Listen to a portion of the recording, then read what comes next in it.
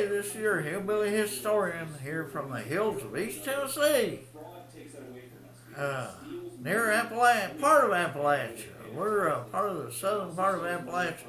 Of course, Appalachia runs all the way from, I think, Maine, up in New York, Maine, somewhere up in there, all the way down into Georgia. Appalachia's hill area. And you know, what's interesting is people are moving out of Appalachia. The population of Appalachia is not really increasing that much. There's a few cities within Appalachia that are growing like crazy, or near Appalachia, like Atlanta, Lexington, Kentucky, and places, that are close, but a lot of the young people are moving out of Appalachia because there's no future for them. They move to the cities and where they can have jobs and apartments and parties and lives and meet people and marry and live their lives. But they want to be where they can do things that they're trained to do. But anyway, I always like to say John F. Kennedy did more for Appalachia than any president in the history of America. He pumped a lot of money into Appalachia. They helped him win the nomination for his party's candidacy for president. West Virginia was really responsible in that. They had a lot to do with helping him become president. And he appreciated that. And he started a program called Vista to help Appalachia. Vista was like that foreign thing he did, that Peace Corps thing where we sent people to Africa and undeveloped areas in the world to help people come into the modern world. That was the Peace Corps, and he started Vista for the Appalachia area. And when I was a student at Brea College, we spent our Saturdays going out and working on one-room schoolhouses, insulating them, roofing them, boarding them up, trying to make them livable, because kids had to go to school in them one-room buildings. And we tried to upgrade them a little bit where they could be a little warmer, a little more comfortable. I walked in some of those one-room schools. You could stand in the middle of the schoolroom, look and see through the cracks in the walls all around you.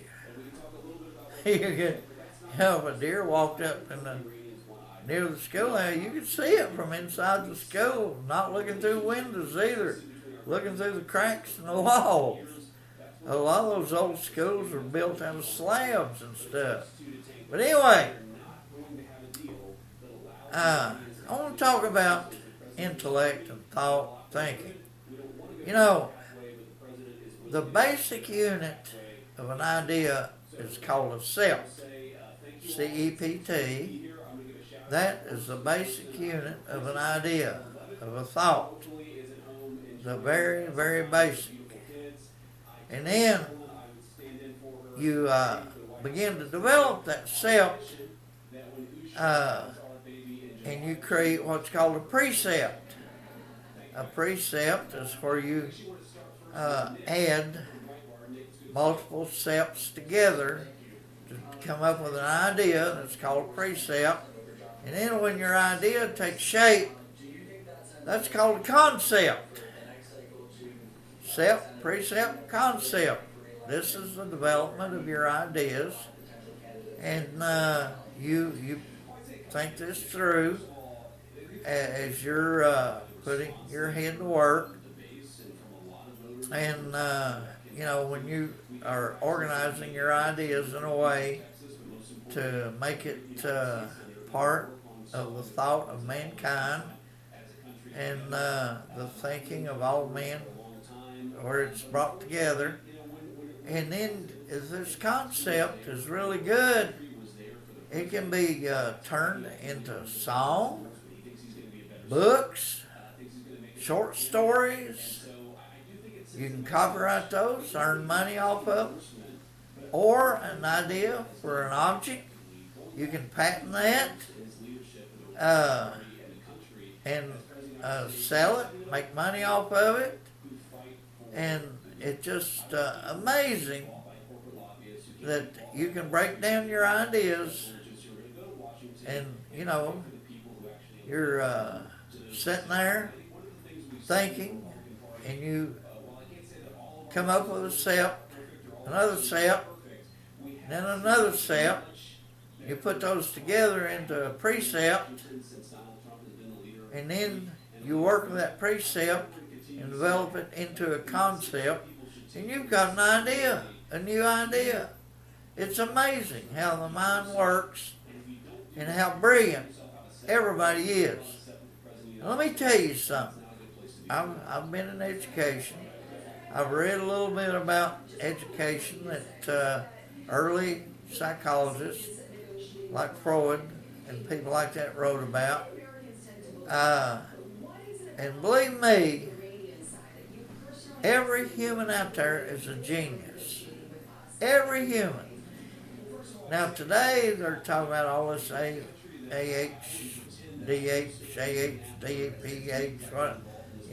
whatever. Whatever. They didn't give all that stuff,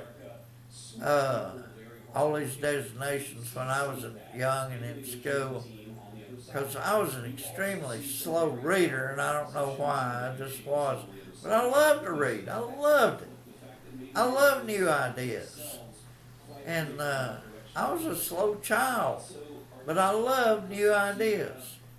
And I was able to take those ideas and go to college and get degrees and learn. And in education, believe me, every child, I had a first cousin, she married this old boy, and he was classified educably mentally retarded. That's what they called him when I was young. You were retarded. He's a retard. Put him on the short bus. He rides the short bus to school. He's a short busser. But it wasn't funny. To them, I mean, it was a harsh designation. Because this old boy, he was retarded according to the school system, but he could play a guitar like you've never heard. He was one of the best, and a soloist. He could make it up on the go. When he was on stage, we had a little rock and roll band back in the late 1960s. He could listen to a song one time and play it better than it was on the record. I mean, that's how good he was on that guitar. He could do wonders on it. And I think if he just had the right breaks and everything, he could have been famous and rich.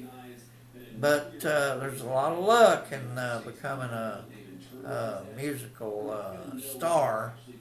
A lot of work, but you got to have some breaks and some luck. But he was. And he also understood cars. Everything about a car. He knew everything. He could listen to a car engine. He could take a screwdriver and a pair of pliers and do wonders with your engine. He could have it running like a cat purring, buddy. He was he knew how all that drivetrain stuff, that internal combustion stuff, he knew how all that worked together to give you a good drive down the road. He was a genius. He worked as an auto mechanic most of the time in little garages and stuff. He never had the intellect to create start his own business or anything like that. But he always worked for other people. He'd pump gas, he'd air tires, wash windshields, and he would do mechanic work in those little cubby holes they had in those gas stations back in the old days. he could tune cars. He could fix cars. You come in there, a transmission bad, he'd fix it.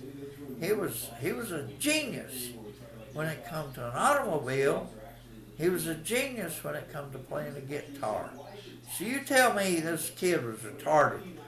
Why didn't the school system recognize him as a genius in music or a genius in mechanical automobile area? They didn't, but no, they stamped him as a retard, and that followed him his whole life. And but he worked hard. He earned a good living. He supported his wife and kids. He had 3 beautiful kids, and he really, to me, he was a genius in music and a genius in auto mechanics. And I think every human out there is a genius. You just got to find what they can do. I was talking to a lady the other day. She has this child that has been classified autistic and everything. But this kid loves medicine, and loves biology and chemistry. I think she's in high school now, doing real well, and planning on going into nursing school. She has found her genius, and she is following it. And who knows, someday she might find a cure for several types of cancer. She may find a cure for longevity. You don't know. There were times when Einstein had problems as a child and had problems with the public school system. And but yet sometimes we damage children. Teachers, I think, sometimes are too restricted in understanding learning and intelligence. I just believe all the kids out there, we need to find what they're good at and what they want to do. Freud wrote about what he called receptors in the mind. This is something you loved. I love to read biographies of great men in American history when I was young and in school. I love to read about Washington when he was a young man, and men like Daniel Boone and David Crockett, people like that. I love to read their biographies. And, but I didn't like reading books on mathematics. But there's kids out there that absolutely love mathematics, science and stuff. And you just got to get them on the right track. And I'm scared that our public school system is not recognizing children's abilities as much as they should. But they're doing a better job than they used to do. But Freud said you have receptors. Now this boy that married my cousin, he had receptors in music. He could listen to a song and understand every bit of it, every chord, everything about it. He was a genius. His mind was open to that. And he could understand, he could listen to a car engine and know exactly how to tune that thing up to run perfectly. And he had receptors which received that knowledge, and he loved it, so he received it. And your brain, according to Freud, also has rejectors. If you don't like science or math, like that boy that was classified a retard, back then intelligence tests were based primarily on reading comprehension and vocabulary. Well, his mind rejected vocabulary. He didn't like new words. He didn't like that at all. He wasn't interested in cepts, precepts, concepts, stuff like that. He wasn't interested. He loved music. He loved playing the guitar. He loved tinkering around with cars, and that's what his mind received. And he was a genius in those areas, But they didn't have that on the test in the public school system, so they stamped him, bam, a retard, and that was very unfair to him, unfair to his future, unfair to his well-being, his self-esteem. They tore all that down. He had to go out and find it by playing great music with good bands, and he had to get enjoyment, self-esteem out of fixing people's cars and watching them drive off with a smooth running automobile.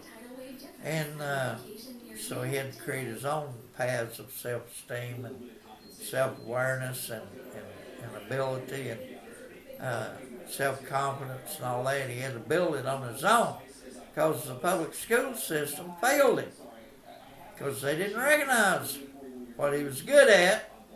But anyway, think about that. Your Cepts, come up with Cepts, develop them into precepts, and then work on that precept till you got you a concept that is new, brilliant, and people look at and appreciate. But anyway, this is your hillbilly historian coming to you from the hills of East Tennessee, trying to talk to you about history that you won't find in your high school or college textbooks. And you always find what you're good at, not what somebody else tells you are, but what you love in life, what you want out of life, what you want to do with your life, and where you want to go with it. And create your own path in this world, and follow your own desires and wishes, and make a good life. Because here in America, where you are free and you have liberty, you can do that. You can take advantage of that freedom out there, that free marketplace, and be the best that you can be. And do it. If the school system don't do it for you, do it on your own. But anyway, this is your hillbilly historian coming to you from the hills of East Tennessee and Appalachia. You have a good one.